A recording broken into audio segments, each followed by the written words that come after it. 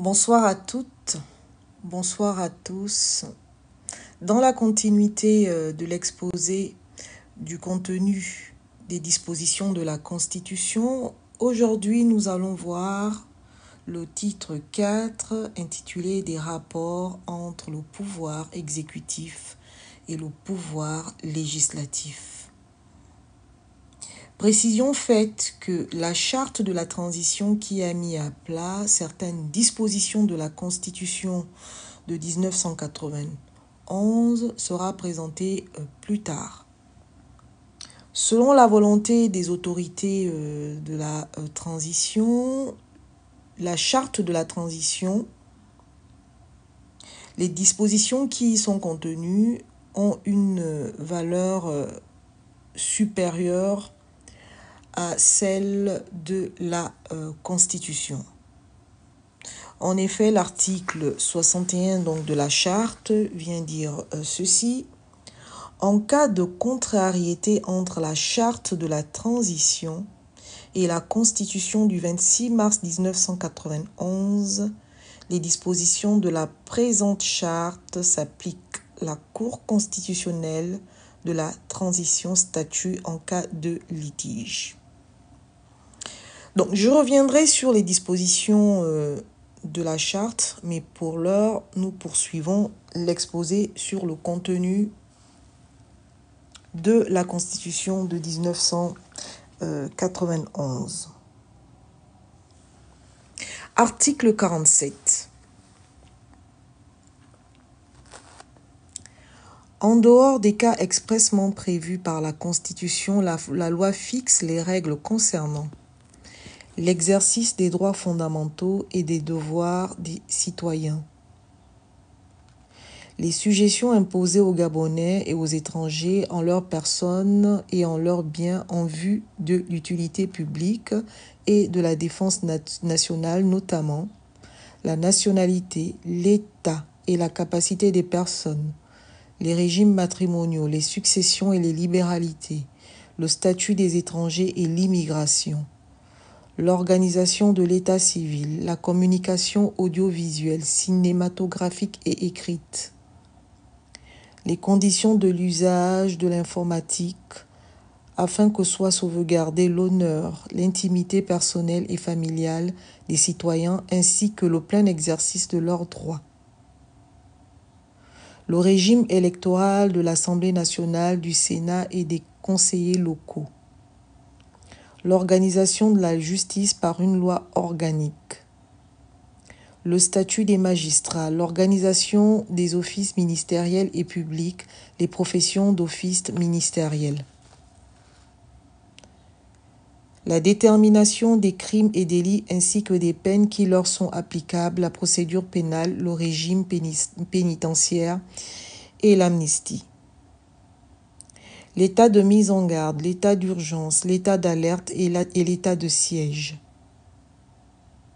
Le régime des associations, des partis, des formations politiques et des syndicats. L'assiette, le taux et les modalités de recouvrement des impositions de toute nature, le régime d'émission de la monnaie. Le statut général de la fonction publique et les statuts particuliers, les nationalisations d'entreprises et les transferts de propriété d'entreprises du secteur public au secteur privé. L'organisation générale administrative et financière. La création, le fonctionnement et la libre gestion des collectivités territoriales, leurs compétences, leurs ressources et leur assiette d'impôts. Les conditions de participation de l'État au capital de toute société et de contrôle par celui-ci de la gestion de ces sociétés.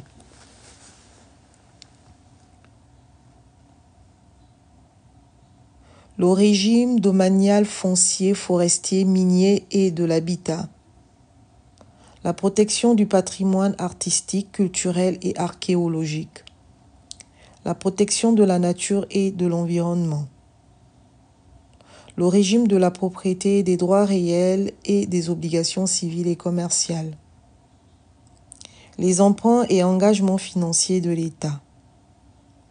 Les programmes d'action économique et sociale.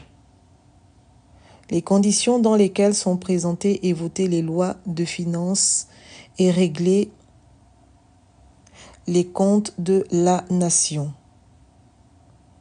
Les lois de finances déterminant les ressources et les charges de l'État dans les conditions prévues par une loi organique. Les lois de programme fixant les objectifs de l'État en matière économique, sociale, culturelle et de défense nationale, la création et la suppression des établissements et services publics autonomes.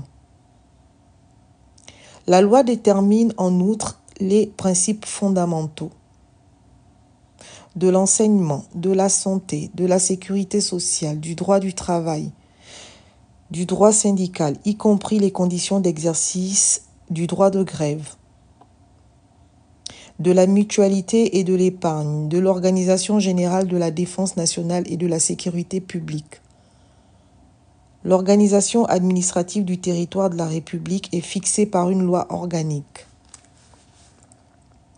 Les dispositions du présent article pourront être précisées ou complétées par une loi organique. Article 48.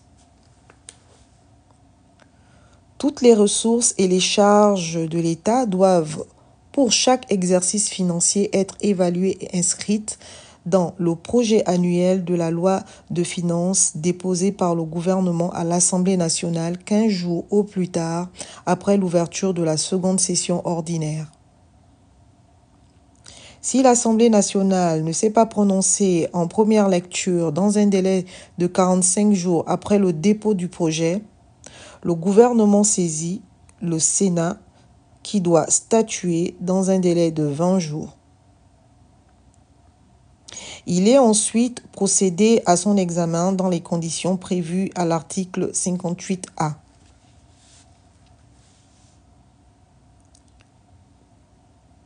Si au 31 décembre de l'année en cours, le Parlement n'a pas voté le budget en équilibre, le gouvernement est autorisé à reconduire par ordonnance sur habilitation spéciale du Parlement le budget précédent. Cette ordonnance peut néanmoins prévoir, en cas de nécessité, toute réduction de dépenses ou augmentation de recettes. À la demande du Premier ministre, le Parlement procède dans les 15 jours à une nouvelle délibération si au terme de ces 15 jours, le Parlement n'a pas voté le budget en équilibre. Celui-ci est établi définitivement sur habilitation spéciale du Parlement par ordonnance prise en Conseil des ministres et signée par le Président de la République. Les recettes nouvelles qui peuvent être créées, s'il s'agit d'impôts directs et des contributions ou taxes assimilables, sont mises en recouvrement pour compter du 1er janvier. La Cour des comptes assiste le Parlement et le gouvernement dans le contrôle de l'exécution de la loi des finances.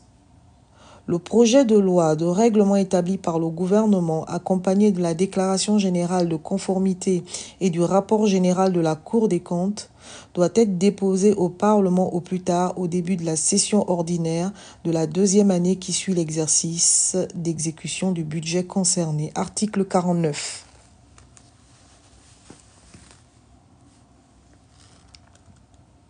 La déclaration de guerre par le président de la République est autorisée par le Parlement. Article 50.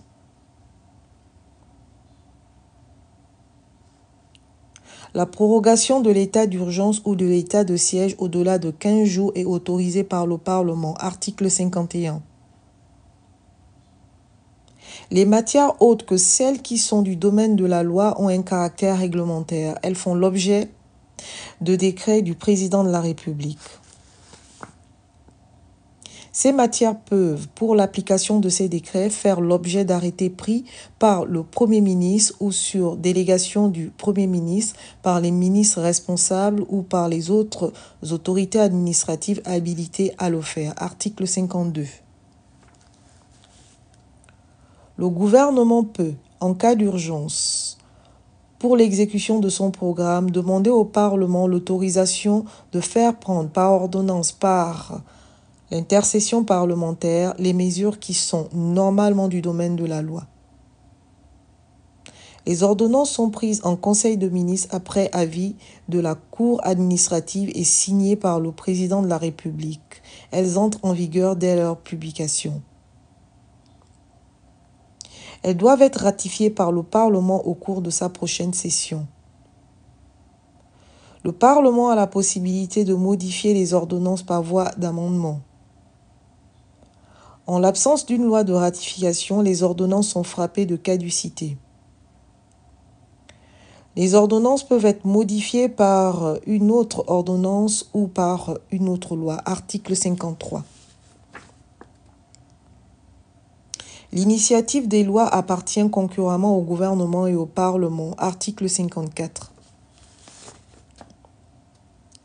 Les projets de loi sont délibérés en Conseil des ministres après avis de la Cour administrative et déposés sur le bureau de l'une des deux chambres du Parlement.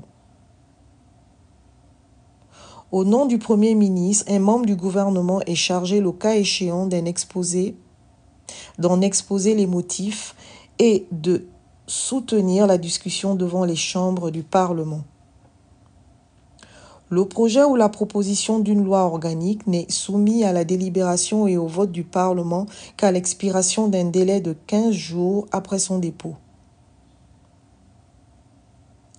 Les projets de loi de finances et les projets de révision de la Constitution sont déposés en premier lieu à l'Assemblée nationale.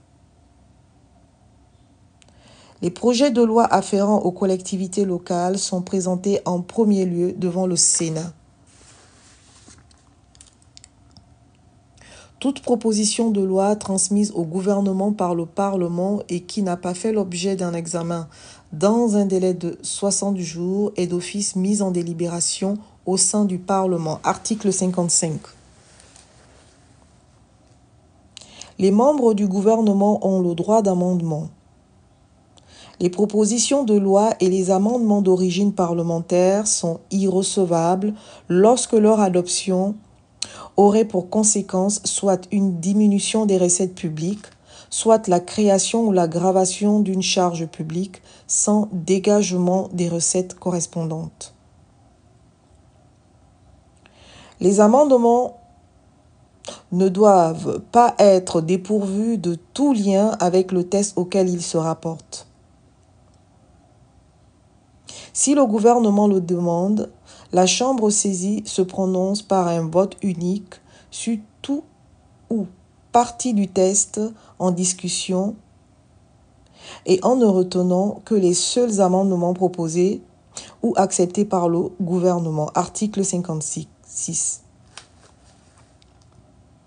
S'il apparaît au cours de la procédure législative qu'un texte ou un amendement n'est pas du domaine de la loi, au sens de l'article 47 susvisé, ou dépasse les limites de l'habilitation législative accordée au gouvernement en vertu de l'article 52, le Premier ministre peut soulever l'irrecevabilité ainsi que le président de la Chambre intéressée à la demande du 5e de ses membres. En cas de désaccord, la Cour constitutionnelle est saisie. Celle-ci statue dans le délai de 8 jours. Article 57. L'ordre du jour du Parlement comporte la discussion des projets de loi déposés par le gouvernement et les propositions de loi acceptées par lui. Le gouvernement est informé de l'ordre du jour des travaux des chambres et de leurs commissions. Le Premier ministre et les autres membres du gouvernement disposent du droit d'accès et de parole aux chambres du Parlement et à leurs commissions. Ils sont entendus à leur demande ou à celle des instances parlementaires. Article 58. L'urgence du vote d'une loi peut être demandée soit par le gouvernement, soit par les membres du Parlement à la majorité absolue. S'agissant de l'urgence sur les lois organiques, le délai de 15 jours est ramené à 8 jours. Article 58A. Tout projet ou proposition de loi est examiné successivement dans les deux chambres du Parlement en vue de l'adoption d'un texte identique.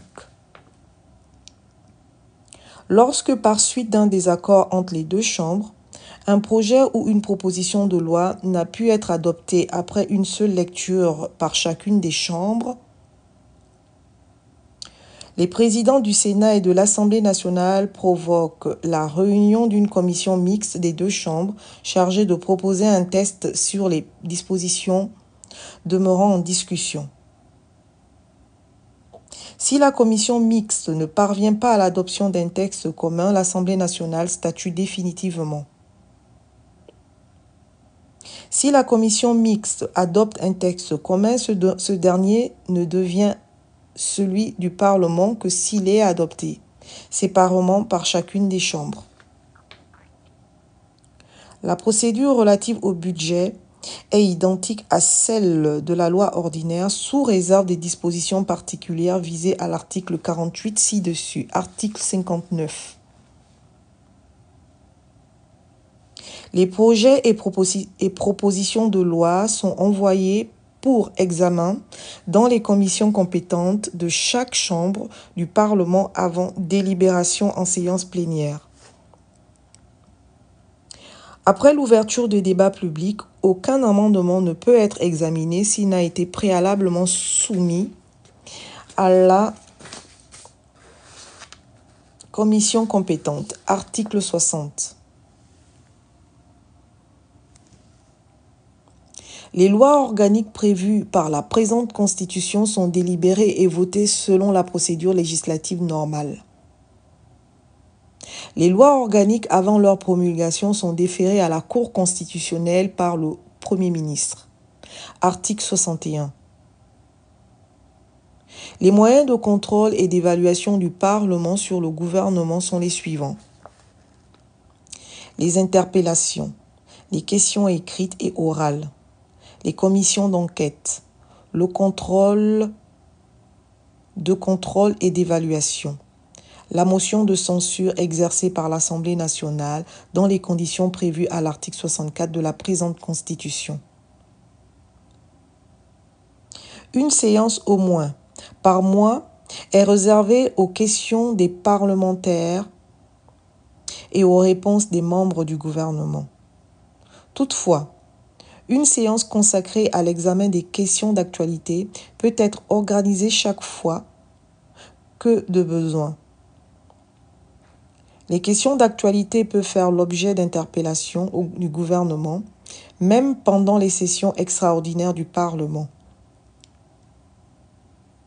Le gouvernement est tenu de fournir au Parlement tous les éléments d'information qui lui sont demandés sur sa gestion et ses activités. Article 62. Une loi organique détermine les conditions dans lesquelles la question écrite peut être transformée en une question orale avec débat et les conditions d'organisation et de fonctionnement des commissions d'enquête et de contrôle. Article 63. Le Premier ministre, après délibération du Conseil des ministres, engage la responsabilité du gouvernement devant l'Assemblée nationale en posant la question de confiance, soit sur une déclaration de politique générale, soit sur le vote d'un texte de loi. Le débat sur la question de confiance intervient dans un délai de 3 jours francs après qu'elle a été posée. La confiance ne peut être refusée qu'à la majorité absolue des membres composant l'Assemblée nationale. Article 64. L'Assemblée nationale met en cause la responsabilité du gouvernement par le vote d'une motion de censure. Une telle motion n'est recevable que si elle est signée par au moins un quart des membres de l'Assemblée nationale. Le vote de la motion de censure ne peut avoir lieu que 3 jours francs après son dépôt. La motion de censure ne peut être adoptée qu'à la majorité absolue des membres de l'Assemblée nationale. En cas de rejet de la motion de censure, ses signataires ne peuvent en proposer une nouvelle au cours de la même session. sauf dans le cas prévu à l'article 65 ci-dessous. Article 65. Lorsque l'Assemblée nationale adopte une motion de censure ou refuse sa confiance au Premier ministre, celui-ci doit remettre immédiatement sa démission au président de la République. La démission du Premier ministre entraîne la démission collective du gouvernement. Un nouveau Premier ministre est alors nommé dans les conditions prévues à l'article 15, article 66. La clôture des sessions ordinaires ou extraordinaires est de droit retardé pour permettre, le cas échéant, l'application des dispositions des articles 25, 26 et 50 ci-dessus. Je reviendrai très prochainement pour la suite de la présentation de la Constitution de 1991 avec le titre 5, le pouvoir judiciaire.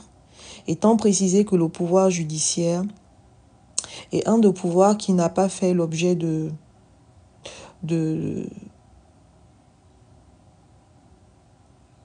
modifications, on va dire, par la charte de la transition.